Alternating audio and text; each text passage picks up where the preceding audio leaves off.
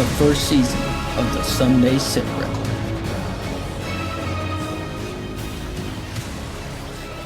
It's not just a tournament, it's a brotherhood.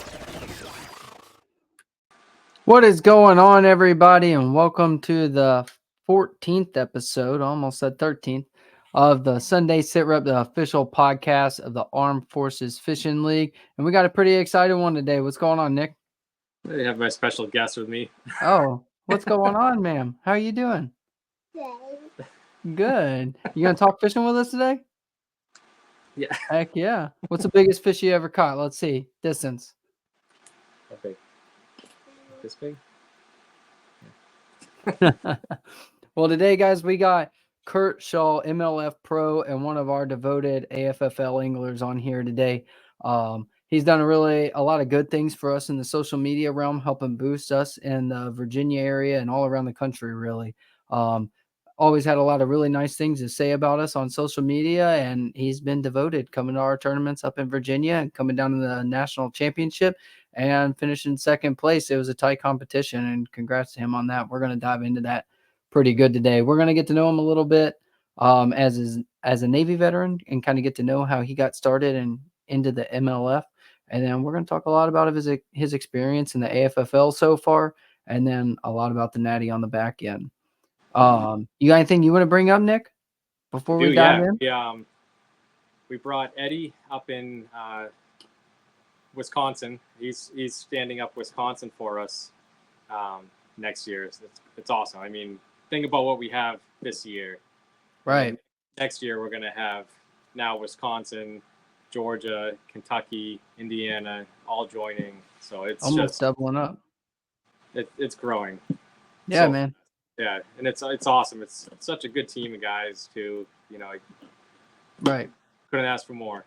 Absolutely not. I mean, we really couldn't. I mean, it's been a blast. Everybody that's been involved so far has been absolutely awesome, and I love it, man. Even though the numbers haven't grown like crazy in the past couple of years, it's not about how many, it's the right people, quality over quantity, and I'm loving it. I'm loving every minute of it. Absolutely. We also want to give a big shout out to Jeremiah Jensen and Gage Spagnolia and their adventure coming up down to Kentucky Lake for the Bassmaster Team Championship. They qualified through us. And, I think I kind of like that. I feel like Kentucky Lake. So if y'all didn't know, the lake got changed. It was supposed to be, was it Ouachita River in Louisiana? That place looked like it favored locals very much. There's so many backwater areas off that river. If you have any locals there, I mean, they were going to dominate. I feel, I could be very wrong. It's fishing. Anybody can stumble upon something great. But definitely look like a local favorite place for sure. Yeah, I agree with you. In Kentucky Lake, I mean, in December, I feel like there's a lot of opportunities for just about anybody to go down there. And I know Jeremiah and Gage very well, and I definitely think they've got a solid chance to go down there and win that Joker and put one of them in the Classic. That would be sick. Yeah, I would be absolutely ecstatic. Just having them reach that point through this league, just going to the team championship, that's phenomenal. Yeah. Second year in, I'm not complaining. We got a team going down there to represent us, and hopefully it'll continue to help us grow. Do they do a live stream on that? I don't know. We're gonna have to look into it. I think it depends on their production team availability, really. But I know they have enough boats to handle it. I mean, they usually get 250 boats, something around that. Oh yeah, for sure. If they are, I'm gonna be watching. I can guarantee you that. Yeah. If I don't find a way to sneak out there, I might have to slide on down to Cuttawaga, Kentucky, and hang out.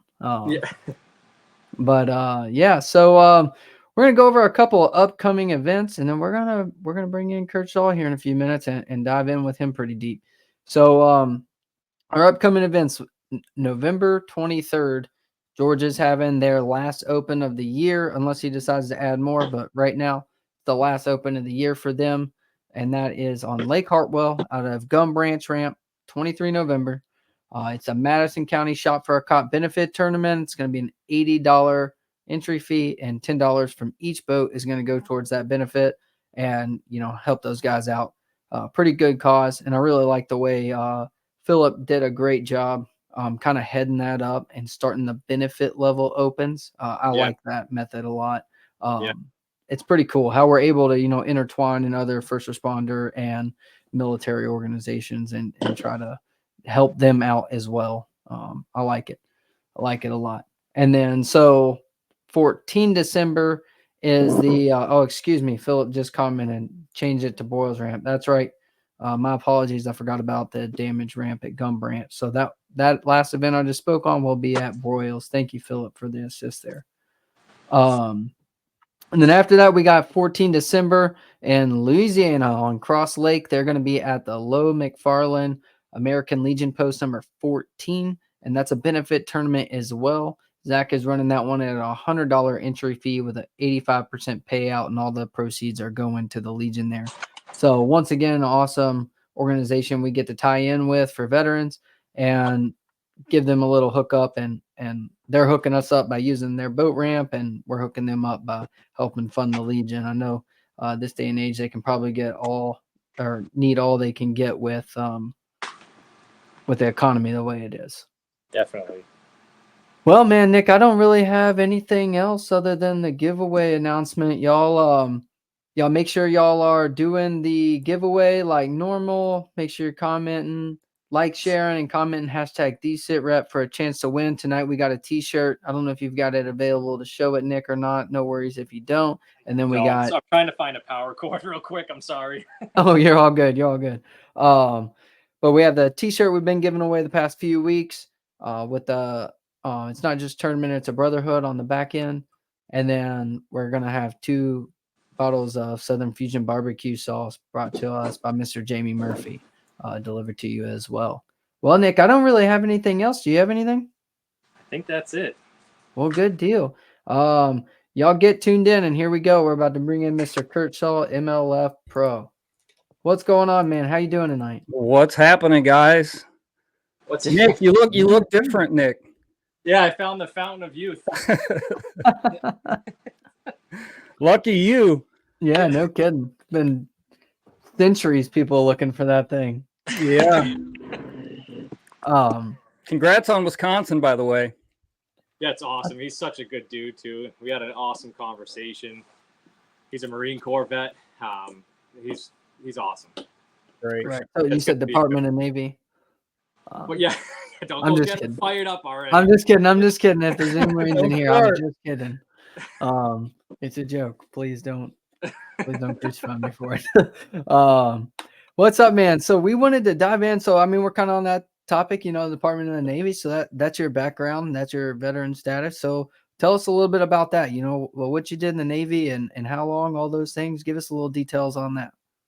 Well, I graduated in '90 from Owatonna, Minnesota. It's just a small little southern Minnesota town. I felt like there was more that I wanted to do than stay there and work in a factory and farm. So I joined the Navy. I saw a commercial that said, "Join the Navy, see the world." So I said, "Sure, sounds great to me." So that was in '90 during Desert Storm. So I spent the first 90 to 94. The first 2 years was spent on an amphib ship over in Bahrain, over in the Gulf, and then the last 2 years I was an operations specialist on the Eisenhower. Okay, awesome. So what is going from Minnesota? I had never been on a plane before. I had never seen the ocean before. So the first time I was ever on a plane, I flew from Chicago to Saudi Arabia. First time I was ever on a plane. So that's a long flight. Kind of a shocker. Yeah, that's a long flight. Yeah, that's a long flight for sure. Man, it's and it's not a comfortable flight. I'm assuming you're probably flying Omni Air or one of those. Yeah, I'm sure it wasn't good. Like I said, that was back in '90, so who knows? Yeah. But so I ended up getting stationed here in Virginia. So just kind of stuck around. I hear that. So you're all around the naval port. Oh, go ahead, Nick. What's that, Nick? What is an operations specialist? I'm not familiar with. Oh, okay. we work up in combat on the ship. So if you ever see the movies where they have all the lighted screens and the captain's up there and everybody's screaming, looking at all the screens coming in, that's what I did. I worked on radars and tracking systems and stuff like that. Okay, Nice. cool. So you had a good ASVAB. Yeah. Yeah, I had a good ASVAB. I lucked out. Very nice. So yeah, I was a yeoman coming out of boot camp. So I had automatically got advanced to an E2 coming out of boot camp. Nice. And then they had an accelerated rate program at the time. So you go in as a deck department for a year and a half, and then you get you go to A school, and then you get advanced up to E4. So that's the route I took. I'll get some praise in here. I see. Yeah. There we go. They don't help me catch fish. There you go. Just to make you feel. Oh, great. Thanks, Shane. Man, it was cool meeting Shane and you down at the National. I mean, it's cool seeing, like, now I can put faces to names in here. Yeah. I like that a lot. I had a great time down there meeting everyone. It was a good time.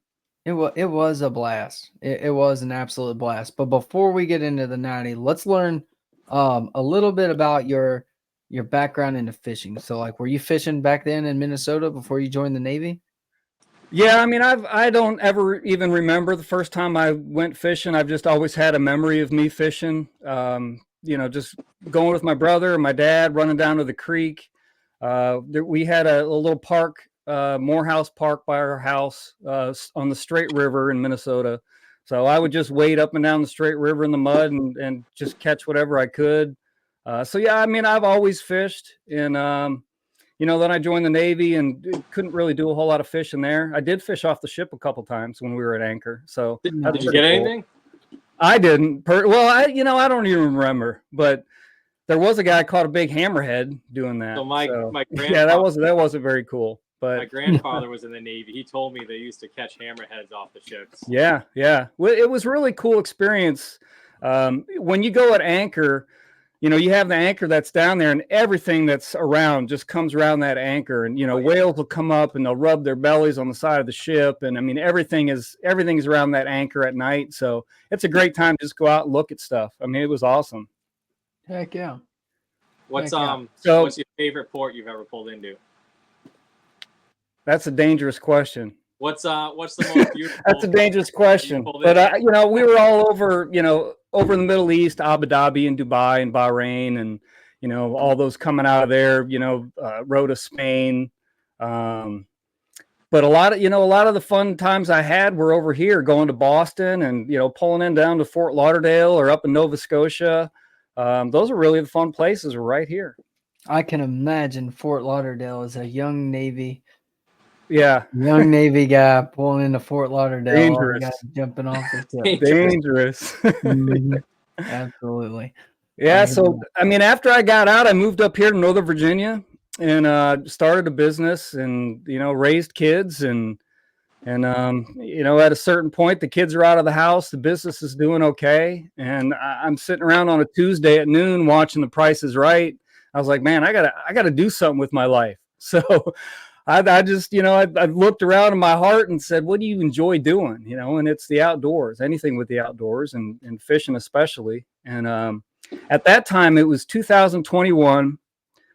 The Tackle Warehouse Invitationals was actually called the Pro Circuit then. Right. And they had marshals. So I signed up in 2021 to be a marshal for the Pro Circuit. So I got to, sit in the boat and send in information if they caught a fish to the directors so they could keep the leaderboard updated, stuff like that.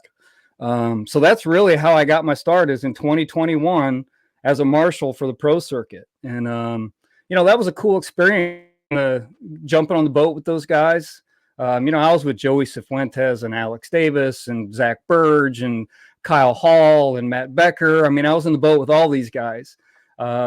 In 2021, and now I'm fishing against them. So it's pretty cool. It's pretty cool. That's awesome. That's wild. I mean, that quick. I mean, that's fast. So that's really fast. That's awesome. I wasn't sure what I was going to do after that. And then, you know, I had a little aluminum boat that I was just, you know, putzed around here in some of these small little lakes. But, you know, once I decided to do it after the 21 season was over for the pro circuit, I went out and bought a boat, bought a bass boat, signed up as a boater for the Toyota series. And 2022 was my first year as a boater for the Toyota series, and I fished 3 full divisions. So I fished 9 tournaments my rookie year in the Toyota series as a boater. So that was quite the humbling experience for sure. But so that's definitely not the route that I would suggest people to take. You know, going the BFL route, going through the Phoenix League, you know, getting on some of these bodies of water, you know, learning some different techniques from different pros, really learning your way around these bodies of water really helps you when it comes time to jump in the boat and, you know, start guiding around that day. And it was a challenge, but I was up for it. You know, I got a lot of feedback from people saying, you know, I can't believe you would just, you know, join as a boater, your first tournament ever, because I'd never even fished club tournaments. This was literally my first tournament I've ever fished in my entire life. Was a Toyota series down at Lake Okeechobee. Yeah, so that's awesome. Yeah, it was all in for me, or all or nothing. So that's really how it started. It was 2022 all in. What was that like? Your first ever tournament being something of that caliber?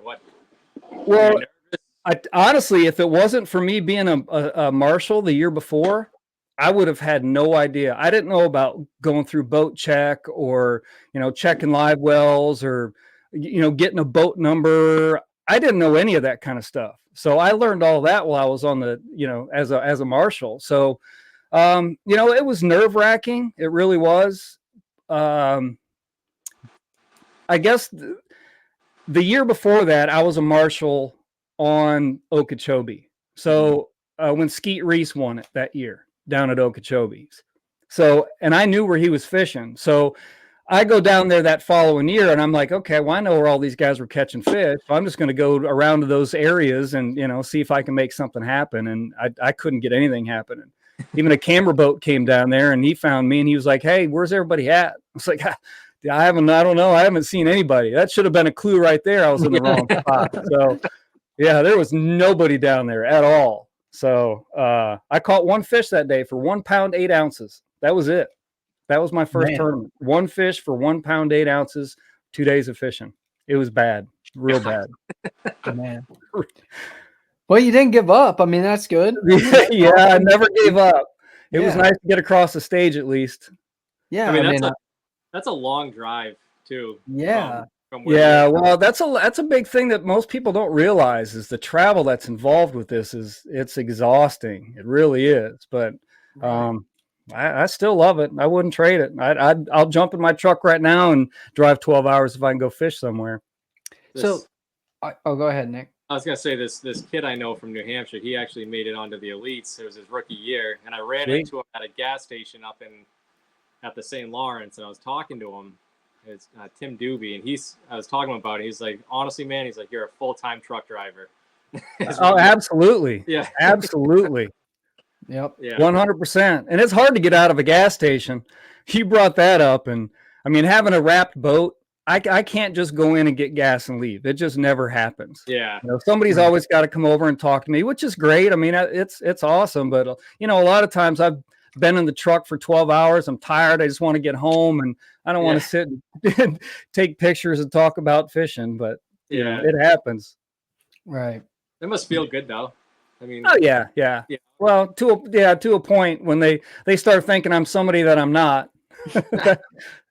I was down at Lake Chickamauga last year, and I had a guy. I was fishing a little canal, some docks, and I had some guy come running out of the front yard, yelling and screaming. And he come running down, and he saw me, and he said, "Oh, I thought you were Jacob Wheeler," and turned around and just walked back up. Never said hi, never said nothing. I was like, "Wow, okay." Could have at least just said hi, been a little bit kind. Yeah, no kidding. Oh yeah, that's not a Lamborghini. I don't care. Yeah, exactly. Dang. Well, with that though, like, so tell us this. I mean, that first tournament had to be crazy discouraging. Just looking at it from the outside looking in, I know if I went down there, if I went all in and I caught one fish that was less than 2 pounds in 2 days, I would just be beat, dude. Like, I would be like, screw the rest of this year. I'm Yeah. done. I Well, suck. that's Like, happened a lot. That's happened a lot where you just, and it makes for a long drive home. I can tell you that. right. I can tell you that championship day, watching it in the truck on the way home. It's not nearly as fun as being there on championship day fishing. That's for sure. Yeah. So. Right, for sure. So, like, what helps you get through that? Like those moments, like, what is it that you would suggest to somebody else that if they went and did this right now, what is it that, because I mean, you keep going and you went up to the next level. Like, you've got something that's different than a lot of people, because a lot of people would have given up. What is it that keeps you going? And that when you have those moments, because we all doubt it ourselves, right? I mean, every man does. It's part of it. But like, what helps you keep pushing forward and keep trying to elevate even further? I think I'm obviously older. I'm 52 years old. So I'm pretty much in check with my emotions. And, in doing this, it wasn't to, it wasn't to become world famous and try to make $1 million fishing. That's very difficult to do. It happens, obviously. But my goal was to just get around like-minded people and do something I enjoy doing. Enjoy the experience of just talking, fishing with guys, traveling the country, fishing these lakes that I would never go to. I mean, I would never just pack up my stuff and just drive to West Point Lake in Georgia for the heck of it. It's given me an opportunity to fish a lot of places that I never would have fished before. And, for me, that's really what it is. It's just being able to have new experiences and meet new people and go to new places. And that's really what it is for me. It's not about, trying to be famous and of course I'd love to win. Who wouldn't, Right. Yeah. Right. The goal of it all. Don't get me wrong. I'm not trying to dig myself out too bad, but I'd love to win, and I love to cut some checks and keep it going. Because without it, it's terribly difficult without a support system behind you. Very difficult. Right. For sure. That dude, man, that's an awesome outlook. Like, just being 100% honest and transparent. Like, that is a cool outlook. I really like that. I listen to a lot of podcasts. I watch a lot of fishing, and I've never heard anybody with that outlook there. It's like, you know what?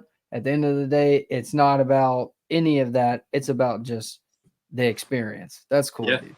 It really is, because if you look at the money aspect of it, you're paying to play. I'm paying for the memories, and I have a lot of them, and they're worth every penny. So that's awesome. Yeah. I just like fishing, man. I just like fishing. Yeah. Heck yeah. That's all. I mean, that's what it's all about. That's where we all, and I think that's something, a lot of people should take away from this is like, I mean, that's why we got here to begin with, right? Was to be around guys we like, be, around fishermen and the passion for fishing. But then sometimes, like, I know myself, and I'm sure other guys on here watching and stuff, you get wrapped up in I got to do this in this tournament. I got to do that. And you get started to focus and stop focusing on, hey, I'm just here because I love fishing and I like hanging out with guys that like fishing. That's the whole reason we all started this, right? Yeah. And then now we get to a point where some of us are like, dang, bro, like last year was a good year. This year I can't even win a dang club tournament. You know what I mean? Like, you start, getting in your head. Yeah, that was this year. Right. You start getting in your head, but just having that perspective to step back and say, hey, I ain't going to sit here and forget everything I started it for. Yeah. Yep. I like that a lot.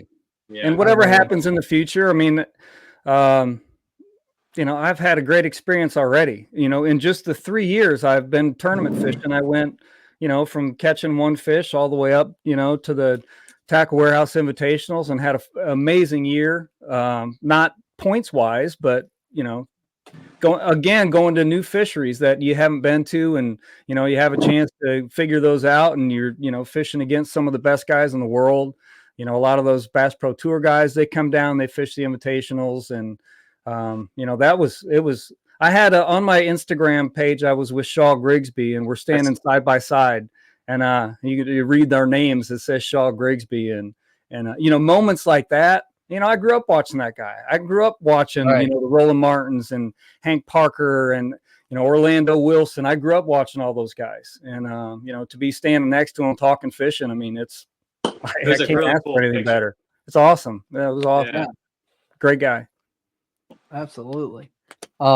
You guys watching, I'm gonna drop it in the comments. Your what's the tag on Instagram so people can follow you? Curt Shaw _fishing. Boom. Here, I'll put it up here as well. So I mean, I feel like you got anything else on the MLF you want to talk? You know, there's just a lot of stuff going on with the MLF right now, with all the rules changes, which, you know, it's going to affect me too, depending on what I'm going to do here. But you know, I just fishing's been getting a bad name lately, and you know, and I think that there's a lot of people that are looking at it the wrong way, and we're getting away from why we do it in the first place, and it just gets really easy for people to get online and, you know, keyboard warrior and just start causing chaos where there doesn't need to be chaos caused. So you either like the rules or you don't like the rules. I'd follow the rules, and whatever they decide to do, it's not going to keep me from fishing. So I just like to see a little more positivity going around in the fishing world right now in the industry. Well, I think if people had your outlook on it, like the whole there for the experience, you know, I think that would change a lot. Yeah, well, that's tough to do. I know, but I'm yeah, saying if for more sure. people had that outlook, you know, or just thought about it in that aspect. I mean, I feel like a lot more people would just be more level-headed and enjoy it.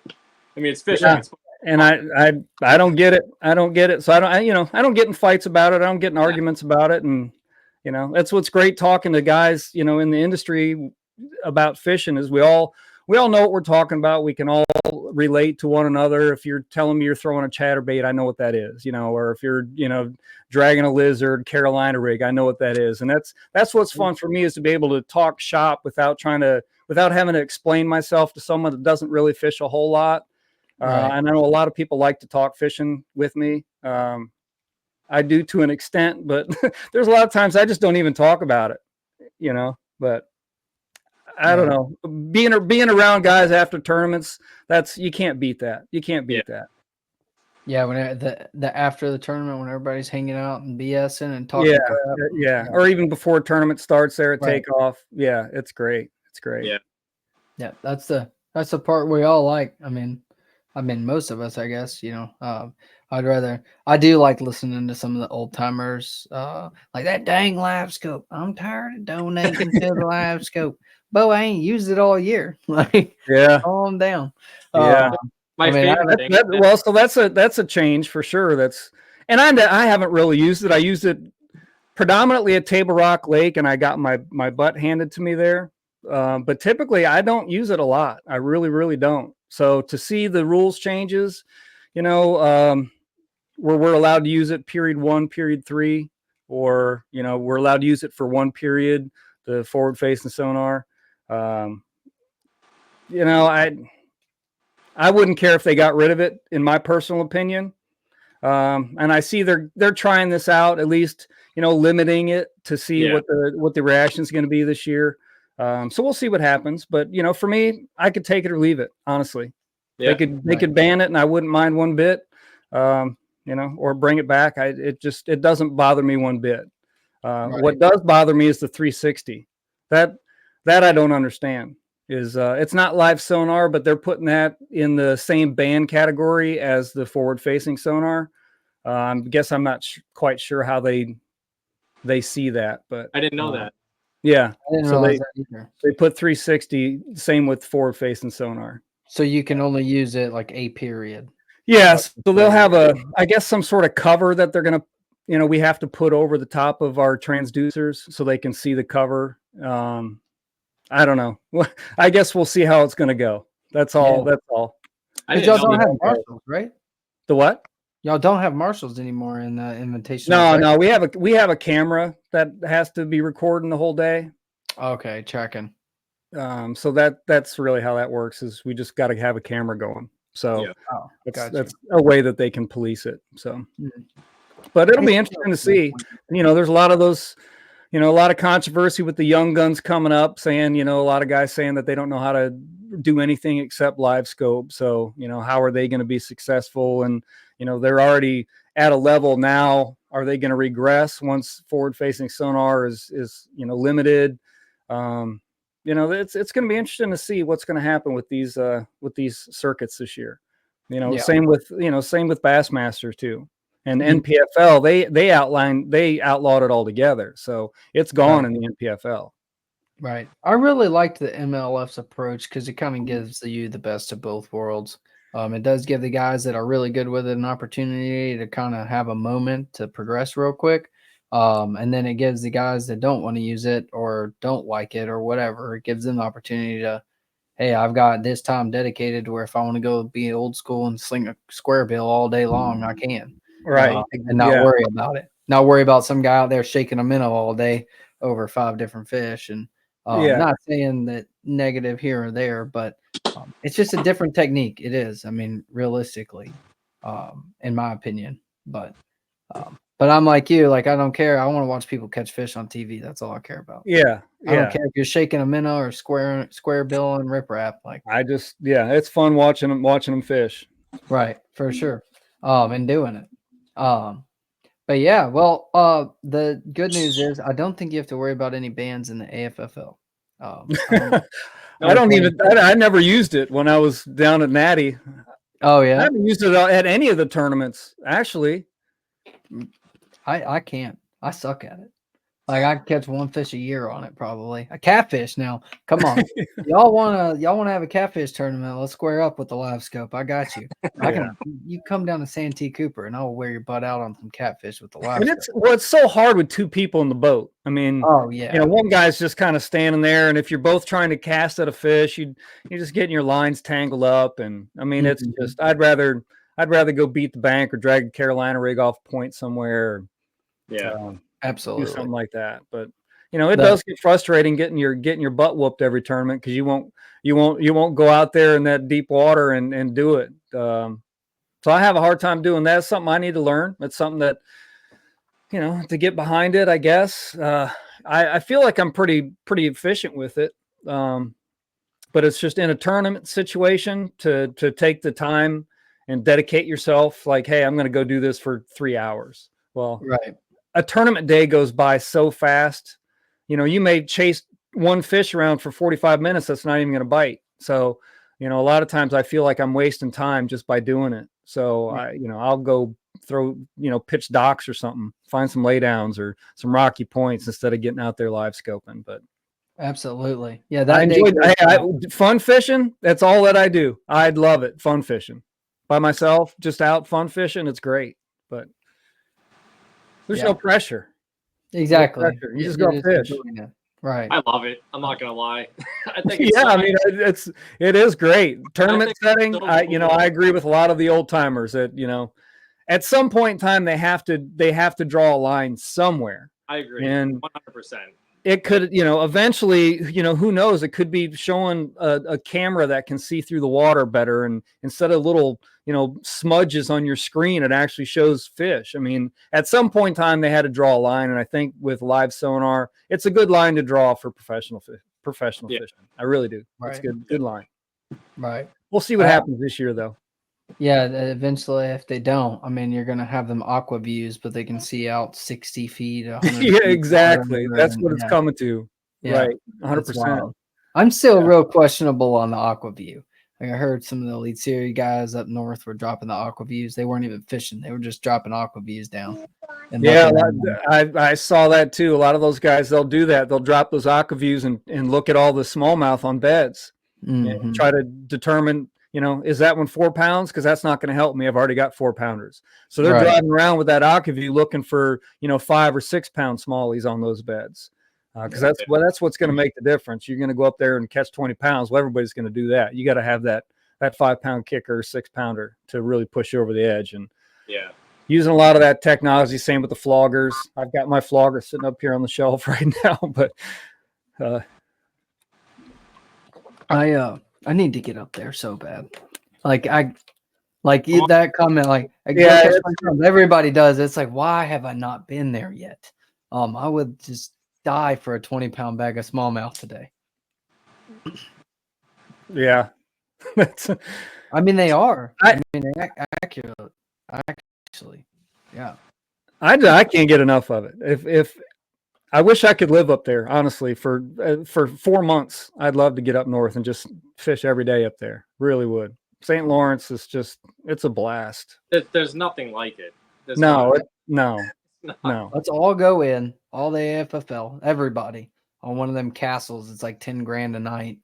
I'm If we in. all do it, I'm in. you know, it'll be cheap. I had a Toyota Series event where I got a big house that had 12 bedrooms. We had a whole bunch of people in there. We had 6 boats in there, but it's fun to do something like that. You know, it's cheap. It only ends up costing a couple $100, and everybody's in the same house. And Yeah. they're But they're north whacking catching big big smallies. smallmouth. Can't beat it. Yeah. Yeah. I was about to say, what can you do better than that? Not a Um, lot. I don't know who this is. I will take you on Santee. I will not promise you anything on Santee. I will take you there. I will not promise you to catch anything on that lake right now. It is horrible. I hate it. I love it. But I hate it at the same time. That lake has whipped my butt for the last 2 years. It's had my number. Did you guys hear about that Toyota Series event there where they had to cancel day 2? It was really bad. The wind picked up and it was brutal. Everybody's boats were breaking. My boat broke. I ended up just getting stuck in a cove. I mean, people were coming back, going to the emergency rooms. Guy broke his hand laying out on the deck. We had no business being out there at Sandy. That place gets brutal. Brutal. I totaled a G3 out there. Yeah, I believe it. It got me really good one night on a Wednesday night tournament. We went down into Wabu from Talk Hall, and man, that place it can turn quick, fast, and in a hurry. I mean, it was flat calm, and how shallow it is. That wind picked up, and we were tucked away. Come back to like 4 to 6 footers the whole way back from Wabu to Talk Hall, just eating them. Had 9 cracks in the hull, and every stiffener under the front deck was shattered. I mean, it was, yeah. poor boat. I lost my whole front graph mount, and I had to try to put it on with a Leatherman. I mean, it was bad. Yep. She'll get Austin, you. is your profile picture on Santee? No, that's actually on the Cooper River. I was gonna say you can't hate it too bad holding a fish like that. I'll just show it now, just so people can see that. That's the Cooper River. That's Okay. not Nice Santee one. Cooper. Yeah. That's the river after Santee. And that was like 3 years ago. I haven't had a bag like that in a minute. That was a fun day. But that was actually my first ever club tournament win. Like my first tournament win ever. Except a Tuesday nighter. I think I won a Tuesday nighter once, but Good sack. Yeah, dude, I was you have with me. That was that was Chickamauga last year. The promo nice. picture. Yeah, that was me at Chickamauga last year at the Toyota Series event. Some big good difference this year. Well, I guess it's a curse. I was leading day 1 down there too last year after the Toyota Series. So You gotta break it. Yeah, I gotta work on my day 2s, I think. Yeah, it's tough, man. The day 2 suck. Like we got pretty nervous, so we can use this to kind of lean into the natty. I'm not gonna lie. So we had y'all had 1425 on day 1, and me and Jeremiah had 1410 or 1450. I mean, we were right behind. Yeah, right there. And we ended up catching. I think we were sitting at like 16 flat or something at like 2 o'clock. We caught that 5-pounder pretty early, and he had like a 2-pounder in the box like pretty quick, and then it was just like nothing for a while, and we were like, oh no, dude, this place is dying. We're losing our juice here. Like, I don't know what's happening. And then we started catching some fish again, but we got to 16 pounds, and we were like, I was feeling good. I was like, yeah, we might be all right. We might be all right. And he was like, yeah, but if they were on 18 to 20 pounds and they dumped a couple of bad fish and they go and catch them today, we're out of luck. And I was like, man, why you got to think like that? Like I was all open, vibing and chilling. And then next thing I know, I'm like terrified. I was like, yeah, dude, that's a really good point. Like if they just had a bad day yesterday and they go whack them today, we're out of luck here. Well, we had the same kind of conversations going on our boat too. So yep. Man, it was a blessing for us. I will be honest. Like that's what it was. And I look at all the wins I've had and all the tournament experiences I've had as a blessing. We found that stuff out kind of by accident a little bit. Just being 100% honest with you. yeah, he had a little bit of a deal. I don't know if you watched the one where we kind of dove into it at all. But that little deal we had going on, we were just going up there to catch some 14-inch fish to fill our limit on the first day at like noon. And then we looked at some rocks and we're like, well, we'll just, fish a little further. And then he caught a 3-pounder. And then we just continued to catch fish. Like we had no intentions of fishing that wall whatsoever or that rock bank whatsoever. And then they just kept coming. It was so weird. And I look at all those things as blessings. You know what I mean? Like, normally I would have bailed. If I was driving the boat, I probably would have bailed before we ever got that far. Yeah. Well, practice was kind of tough. Oh, it was brutal from what I heard. I didn't get to practice at all. Yeah, practice was kind of tough. I mean, I found some good areas. Obviously last year when I was there for the Toyota Series, that was in the spring, so it was completely different. Right. So I looked at some of the drains coming out of the pockets where, I had caught fish where some of that bait goes up into in the fall. And then some offshore stuff, some humps, and, we were catching some decent fish there. And then the tournament comes around and the water dropped 4 feet that night in one night. Yeah. And, all that stuff that I was fishing, I couldn't fish any of it. So really that day one, I kind of putted around and tried to fish some of that stuff. I really couldn't do it. It just wasn't working. So I just like, well, I'm just going to go find some current. I'm going to try to find some current, try to find some rock, try to find some deeper water. Cause if that water level is dropping, they're not going to be up on some shallow 2-foot flat if that water's dropping that fast. So right. I tried to find a little bit deeper water and some rock and some current. And, and I found that it was sort of on accident too. I just pulled up to a point on an island and just made a cast. I wasn't sure which side I wanted to float down. And, the current just took me one way and that's the way I was going to go. And I caught a fish like right off the bat. And I was like, well, I've never fished down this. So I'm just going to go, just stay on it. And as long as the current's pulling me, I'm good. And I had a little bit of rock, a little bit of grass, and then some deeper water with some deep wood in it. And I was running a heavy spinner bait on that outside grass edge. My partner, he was throwing a spinner bait, square bill, chatterbait. But yeah, them fish got stacked up on that one edge of that one island, and that's kind of where we stayed most of the time. They just kept reloading. And then that second day, they didn't reload. They didn't reload like they were before. But we still caught some fish in there that's just, just wouldn't happen. I missed a big one in the morning right away. It was dangerous in the morning. Did you guys go? You didn't go south, did you? I did, yeah. We went bad. north. That was bad. I'm glad I stopped at that area before the fog got really bad because there was a lot of, full-size trees floating down. It was bad with the fog too. You couldn't see anything. Oh yeah. But yeah, I had a great time. Of course, figuring something else out too. I had never fished that area before, and I think that's something that'll be good in the spring too. I think. So as long as you're learning something every time you go somewhere. That's what it's all about. And time on the water, you can't beat it. You can watch as many videos as you want and read as many books as you want, but to be a better fisherman, you have to be on the water. Yeah, right. Period. Absolutely.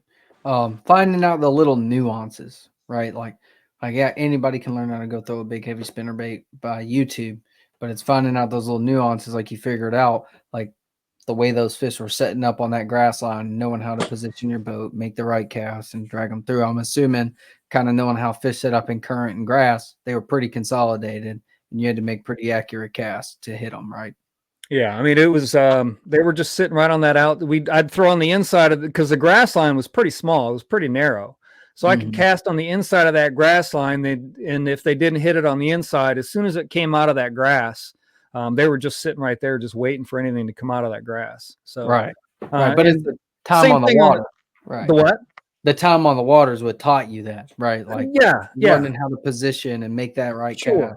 Yeah. And even if I go, a period of month or 2 months, I can tell, just if I'm going to flip docks or something, just being off for a month really makes a difference on how you can stock, or, just the feel of different baits, if you're throwing a tube or a spinner bait, just to have that feel of that bait again.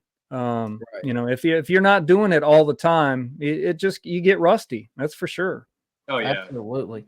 Yeah, y'all want to see a frustrated person jump in my boat when I ain't been flipping docks in a couple months, and then come to the first dock with me. You better hope the homeowner don't come out after you smash into his boat. Yeah. Sitting there picking out backlashes for 20 minutes. Yeah. The time on the water, and I envy a lot of these guys they get paid to do this. I don't get paid to do this, but a lot of these guys do. They've got that good sponsors, and they're already out on the lake right now. They've got the schedule for next year, and they're already out there, fishing and marking waypoints and learning about the lakes, and to be able to do that's fantastic. I can't do that, but and it shows. Those guys are awesome. I mean, they show up to these lakes and they know exactly what they're going to do, and they go do it. Where me, I'm driving around, because we only get 3 days now on the invitationals, where, in the Toyota series, we could take as much time as we wanted, but, now we only get 3 days to practice, and it's a 30-day off limits period before that. So we can't even get on the water at all. And, and then our 3 days in a lot of these places I've never been to. So it's, okay, now I got to break this place down. I'm going to Sam Rayburn. It's gigantic. I got to try to break this thing down in 3 days, or going up to Detroit River, where I've got all of Lake Erie, all of St. Clair, and all of the Detroit River to fish. I mean, where do you start? And, what are you going to do? So it's having the confidence really to do that, is jump on these bodies of water and like, okay, well, let me break this thing down. And you got 3 days to do it. So, you gain confidence when you can figure something out. And there's a lot of times where I don't figure anything out till the last hour of the last day of practice. I'll figure something out. Yeah. Right. But you usually do. Intimidating. Them especially them big giant bodies of water. I mean, it's intimidating. For sure. And especially these guys, a lot of these guys have been on that body of water 15, 20, 30, 50 times for the last 20 years, or even a lot of these younger college anglers where, they may be only, 19, 20 years old, but, they've been to more lakes than I have tournament fishing, with the high school and the college. So, a lot of these college guys come up, they've already fished 50 tournaments by the time they get out of college. Right. So they've already got time on the water before they ever even start. Oh yeah. Right.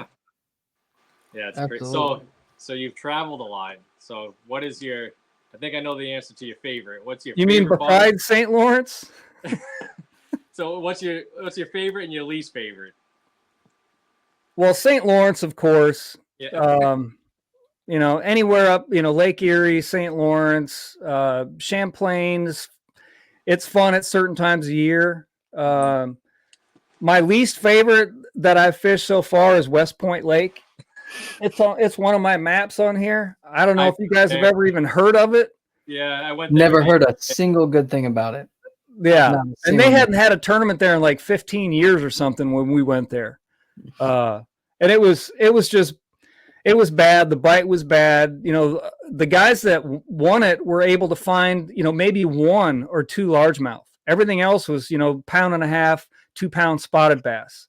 And it was just a struggle. And if you caught a 3 pound largemouth, you were really doing something, because it was definitely a tournament of 2 pound spots, 100%. And I just could never find the largemouth bite. But so that lake, I'm not a fan. I don't ever see me going back unless I have to. But it is what it is. It's a new lake. I fished it. I figured it out. I caught some fish, and there you go. Move on. Yep, absolutely. It's an experience. Yep. Learn something every time you go. Yeah, that lake sucks. It does. And then It was so cold and windy. It was probably the most miserable I've ever been. And I can speak for a lot of guys when I say that. It was after that tournament, we're all just sitting there at the weigh-in. We were just all miserable. We all just wanted to go take a shower and climb into a warm bed. It poured down rain all day long. It was just brutal. Yeah. Nothing good about that. Yeah. Except I was fishing. That's it. Yep. That's part of it sometimes. You gotta deal with the weather. Yeah. But heck yeah. So what would be do you have something, Nick? I was just gonna ask, like, what's the biggest bag that you've ever weighed in? At Chickamauga last year at Chickamauga at the Toyota Series. It was 24.4. That's my biggest bag so far. Yeah. I had a 612, a 6'9", a 514, and a couple, 2.5 pounders. Right, back to the weigh-in straight cheesing. Yeah. Well, I caught all those by 9 o'clock. I caught them all right away in the morning, and I didn't even know what to do the rest of the day. But I knew I wasn't going to start running around. I was like, man, I told my co-angler, I said, man, I can't be running all over this lake with that many fish in the live well like that. I said, we're going to stick around this area. But it worked out. He did catch a limit, so he was right up at the top of the leaderboard after that day. So awesome. That's but cool. yeah, so that 612, that'd be the biggest one during a tournament too. Yeah. Nice. That one fish and that one bag. Yep. That's awesome. So next year in the AFFL tournaments, you're gonna weigh a 24-pound, 25-pound bag. Break that. Probably could down there at Chesden. Yeah. Or the chick. Yeah, chick would be It's very possible. Yeah, Gunnersville. I think there's definitely going to be some chances for some 20-pound bags. Yeah. Gunnersville. I love Gunnersville too. That's a fun place. Right. I think chick would have been a lot better, and we would have seen a lot more fish if we did not have that horrendous hurricane. Yeah, I mean, what are you going to do about that? Right. We still caught fish, but yeah, that certainly wasn't ideal. Right. It certainly wasn't. But yeah, that definitely changed the fishery a lot. But yeah, it was. You guys did an awesome job down there. You really did, getting all that stuff put together. I really appreciate that. You did a good job.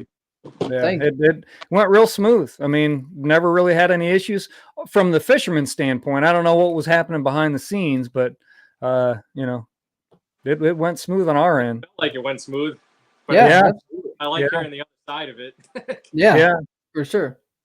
And kudos to you for sticking to your guns with all that controversy about fishing in the creek.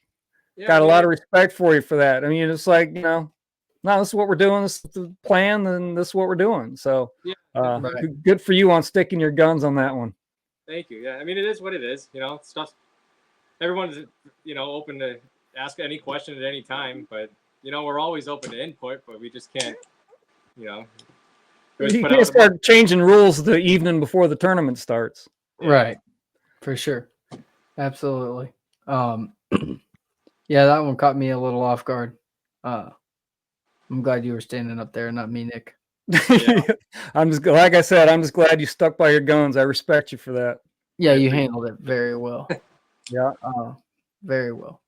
And I get a lot of, there's a difference between second place and second place. I know it sounds weird, but when you're leading it and then you get second place, it's a different feeling when you're telling somebody you got second place. They're like, oh, that's amazing, you got second place. Well, yeah, when you're leading it and then you drop to second place, it's a different feeling than being like 50th and working your way up to second place. That's a great feeling. But being first and then dropping to second place, it just has a little different feel to it. Yeah. Still honored to be there, but oh yeah. It was a blast. I mean, yeah, we even before, like I had a lot of fun the whole week. I mean, and I didn't even get to get on the water until Friday morning. Just hanging out with the dudes, man. That was my favorite part for sure. Hanging out in the houses with everybody, and after the meeting, everybody kind of hanging around and just sitting around chit-chatting. It was definitely fun. And me wandering into, was it Nick's? Was that your house I was wandering in? Yeah. I thought that was the check-in for the cabin rentals. So I'm wandering around. I was like, hey, is anybody in here? And they're like, yeah, this is our house. I was like, oh, where do I check in? Yeah, that was funny. That's awesome. Oh, It yeah. I could definitely see how if you came in that side road, it does definitely look like, It looks Sure. like that's where you're supposed to check in. yeah. And if you For type in the address, that's what shows you is that house. Yeah. They don't show the marina. That's Yeah. awesome. Just walk in. Man, I wonder how much I bet you that happens a lot. Like I guarantee it. people Yeah, posting in. I bet. Yeah. I bet. But man, That's, what would I mean, it was decent having those two ramps there. I know some guys had some issues. I'm not sure what was going on with them, but you know, it's a great place to go out of a small tournament like that. Oh, I for can't sure. believe they had the Bill Dance Big Bass Bash out of there. That was pretty big. That was Yeah, a they lot had, of boats in there. basically that whole parking lot where like the trailer parking was, most of Yeah. that was set up with their stage and all that. But Yeah. yeah, it was cool. I like that spot a lot. It was a nice venue. Yeah. Well, I stayed there last year too. Yeah. In those cabins. Yeah. Yeah. We, you know, so you guys looking forward to next year or what? absolutely. I can't wait. Yeah. Yeah. It's the same thing kind of like you were talking about earlier. Like I wouldn't just pack up and go to Chickamauga or Gunnersville. Like this is giving me a reason to go down there and check it out. Yeah. So, yeah. Absolutely. I'm excited. No hurricanes, please. No Yeah, hurricanes. please. No hurricanes. No severe weather conditions, no matter what. Just give us a nice, beautiful It's fall. not very often we got perfectly good weather to fish any tournament, really. Yeah, it doesn't matter what time of year, where No, you're at. no. Yeah, always And then it's try. like you watch TV the next week and it's perfect conditions for the next Oh, yeah. group that's there. It's like, what? Yeah. Come on. Mm-hmm. It'd be like that. It do be like that. But what would you say, like your overall impression, like your experience in the AFFL? So you fished with AFFL Virginia this year. Did you fish last Yep. year with them as well? No, this is the first year I fished Okay. with them. And Yeah. I really wish I knew how I even got. I think I was at a fishing expo in Richmond last year, and I heard somebody talking about it, and you know, I was interested and started talking to him about it, but I don't remember exactly who it was. I wish I did, but that's how I found out about it. Was at a fishing expo in Richmond last year. So, That's awesome. you know, I signed up, reached out to Dave, and got some information on it, and you know, it's just another opportunity to meet guys like you guys, you know, for a good cause, military, and you know, anything I can do for military, first responders, you know, any cause like that. It's just, how could you not want to do it? You know, Right. You know, like you said, it's a brotherhood, Absolutely. and fortunately, this year, it didn't conflict with the MLF schedule at all. One tournament, I think we had one tournament at Lake Anna, and I was at Kentucky Lake, so I wasn't able to fish that tournament, but I was able to make it to all the other ones. So I'm hoping that that works out again this year, and I can get to as many of them as I can and keep spreading the word. Heck yeah. It's a great organization. I love it. If I still lived in Minnesota, I'd open up a Minnesota chapter. I want to get up in Minnesota bad. I do too. Yeah. All them natural lakes up there. Yeah. There's a lot of them. Yeah. I definitely want to get up there one day. Fish that Oh, real yeah. grass. Yeah. Sure. You don't have anybody up there yet, huh? Not yet. No. Not yet. We're working our way out. We're getting there. Yeah. Yep. Well, I'll put the word out. No, I Heck yeah. Yeah. We appreciate, man, like everything you do in your social media. I Yeah. mean, and then I meant to pull this up. I don't know if I'm gonna screen share. But your media kit you sent to us, man, that's pretty cool. And like sitting there looking at it and how you have our schedule on it, and what we are and who we do. When I seen that today, I was like, that's pretty dang sick. Like, I appreciate that. And I know Nick does too, very thoroughly. But kind of what you were talking about, like getting in with the organizations and stuff and being around them. Think it's pretty cool to see like the Big Brothers Big Sisters and the Wounded Warrior Project and Fishing for Life that you're involved with on your thing. I mean, it's pretty cool what you're doing. Staying involved with all these nonprofit organizations and using your passion for fishing to do so, I think is pretty dang awesome. Yeah, and that's the silent part that goes, kind of unnoticed, and it should. I do that for me, not for, and everyone I'm helping. It's not for notoriety. It's doing my part to help some kids out or help some veterans out in any way I can. That's what it's all about. Anything I can do, I'm willing to help any good cause I can. It's the good things in life that keep us good. Exactly. That speaks volumes of your character for sure. Absolutely. Well, I appreciate it. Absolutely. Well, what you got for him, Nick? You got anything? Starting to get a little late here. I think we covered it all, really. Yeah, man. Thank you for everything you do. Yeah, anytime you guys want to have me on, just chat fishing or technique or lures or spots to fish, whatever. Just hit Absolutely. me up. Yeah. Maybe we can start like a monetary thing where we sell waypoints or something. I'm just kidding. I'm just kidding. You need to call Bubba Blade. Yeah. Bubba. Oh, what's that? Did you guys see? Because we get issued a Bubba scale. Bubba's a big sponsor now for MLF. And at the beginning of the year, at our pre-tournament meeting, we get issued a Bubba scale, and that's what records all the weights, so they can have a leaderboard so you can see it. Is that Bubba scale is doing all that, it's providing GPS coordinates and all that good jazz. So if you want some good information, Bubba scale has all of it. Just to let you know, it has every MLF tournament angler, where they caught their fish, what time, all that information. So that's what you need to get in touch with. Yeah, need to figure out how to hack their website. Yeah, exactly. That'd be $1 million hack right there for sure. Yeah, dang straight. Well, good deal, man. Well, we appreciate you coming on, taking about an hour to come spend some time with us and talk with us. And appreciate all the devotion you've shown us, man. I mean, all the shout outs on social media, coming all the way to the national championship, fishing your heart off in it. And it's awesome. We're appreciative of all the anglers like you that are dedicating themselves to it. And y'all go, I've had his name up here on the screen on Instagram. Get over there and follow him on Instagram at Curt_Shaw. Excuse me, at Curt Shaw _fishing. And then it's just Curt Shaw Fishing on Facebook, right? Just how you would normally spell it and say it, right? Y'all get over there, give him a follow. And man, next year, whether you're fishing with us or not, if you're in those tackle warehouse, good luck, brother. Man, I appreciate it. I appreciate it. Yes, sir. All right. We'll be watching you for sure. Thanks. I need the fanfare. Yeah. Yeah. For sure. Well, Take good care, deal, guys. man.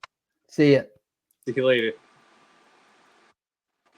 All right, y'all. That was Curt Shaw, MLF Tackle Warehouse Invitational Pro, and one of our devoted anglers. Absolutely awesome dude, man. I mean, sitting there talking with him, showing his passion, and his outlook is awesome. I love it. Yeah, I mean, I really mindset. Yeah, and I'm being genuine when I say, like, I've never heard another angler like talk like that. Like, no, hey, at the end of the day, this is what I love to do. This is the experience. I'm here for the memories and the experience, and that's what keeps me going. It's such an awesome way to think about it. I mean, because really, that's what got us all here to begin with. Oh yeah, absolutely awesome. But yeah, y'all. Real quick, we've been tailoring around between 10 and 15 people in here, and I've only got 8 entries in the giveaway. So real quick, before we get started with closing everything out and whatnot, make sure y'all get over there, like, share, and comment #TheSITREP for your chance to get a t-shirt and some barbecue sauce, and get entered in that real quick before we start looking at the drawing. Oh yeah. Let me switch it up. Here we go. Just like that, y'all. Get that done. And then, yeah, man, what do you got, Nick, before we dive into the upcoming events? You got anything to close out with? I don't know. Again, Wisconsin's on board, so super excited about that. And then we have, if we want to just go over those couple opens again real quick. Put those dates up there. Absolutely. So 23 November, Hartwell in Georgia at the Broyles Boat Ramp. Georgia's doing their last open event. and that's a Madison County Shop for a Cop benefit tournament. $80 entry fee, $10 from each boat goes towards the benefit. So make sure y'all get down there and support Philip Hunt and the Georgia division as they're trying to gear up for their first season next year. And then 14 December on Cross Lake in Louisiana, Zach's going to be running our tournament down there with Low McFarland. I hope I'm saying that right. There's probably some weird Louisiana way to put a spin on that. No offense, guys. I'm just playing. But the American Legion post number 14 right there on Cross Lake. That one's out of that boat ramp at the Legion. $100 entry fee, 85% payout, and all of the proceeds are going to the Legion to help those veterans out that sit there, hang out, drink beer, do whatever they do in the Legion. I'm not that level of veteran status yet, so I really don't know, but I'll get there eventually, I'm sure. For sure. Those organizations, actually, they do a lot to help veterans. Like, yeah, no, for sure. I know they do. They do a lot of fundraisers and stuff, if I remember correctly. Yeah. I was thinking of the VFW more than the Legion. I know like all my local VFWs around here, they do great things. I'm not trying to take away from the good things they do by any means. But they do like to sit around, have a cold beer, and tell some cool war stories. They do. Yeah. I popped into the one here at the South Carolina Cotton Museum. We restored a T-33 aircraft for them. And cool. Those dudes are so sick. I love every one of them. I mean, they're so awesome. They just want to sit around and have a good time and talk about war. It's pretty dang cool. So, well, I reckon with that, Nick, if you don't have anything, we'll move on to the giveaway portion real quick. Let's see. All right, we got a couple more people to jump in here real quick, and we'll go ahead and sling it up. I see a lot of different names today. I like it. We're not going to have a double up. Chris Warren. Chris, congratulations, man. It was wonderful to meet you and sit there and tell some stories and talk back and forth down at Chickamauga. Congrats, man. We'll get that stuff moving on you. I'll ship out the barbecue sauce, and Nick's going to get you that shirt sent over. So make sure you hit up Nick and hit up me or one of us, and we'll share the address with the other. Get us that address and whatever size t-shirt you want, and we'll get that stuff moving right over towards you. Well, Nick, before I close out with our little devotional, you got anything else you want to add? I'm good. You good to go. All right, guys. I said this the last episode. I'm gonna start kind of closing out with just a quick little devotional. And today's is going to be out of the book of Mark, chapter 11. So we all kind of go through things, right? The military, first responders, men, women, and here today, we all go through rough times. Life is full of highs and lows. Some of us worse than others. Sometimes this, it might be something little, but it's dragging you down, or it might be something huge and you don't know, where to go from there. It feels like the walls are caving in, or maybe it just feels like there's one little thing in your way to the next step. But one thing I'll tell you, in the book of Mark, it tells you about belief and faith. The whole book is good. I mean, all four gospels are great and they tell you a lot of good things. But one thing I wanted to capitalize on today is chapter 11, verse 23 through 25. And I'll put it up here on the screen for anybody that wants to read it there. I tell you the truth, you can say to this mountain, may you be lifted up and thrown into the sea, and it will happen. But you must really believe it will happen and have no doubt in your heart. I tell you, you can pray for anything, and if you believe that you received it, it will be yours. But when you are praying, first forgive anyone you are holding a grudge against, so that your Father in heaven will forgive your sins too. So the big takeaway on that for me that I wanted to deliver here tonight is two things. Before you ever even come to that prayer, and at the beginning of that prayer, forgive those who you're grudging against. And that sometimes is the hardest thing in the world to do, and I get it. But think about it like this. Jesus commands us to forgive as he forgave us. Forgive before your prayer and then truly believe your prayer is going to come true. No doubt, say your prayer. If you're in a hump or you're in a slump and you've been praying and praying and praying and you feel like nothing's coming, it's right on the other side. You just got to submit and give a little forgiveness where you need it, and don't doubt it. Pray it with everything that you've got, that you believe that you've already received it, and it will be given. And that's all I got. If anybody got any questions on that, let me know. Hit me up on Facebook.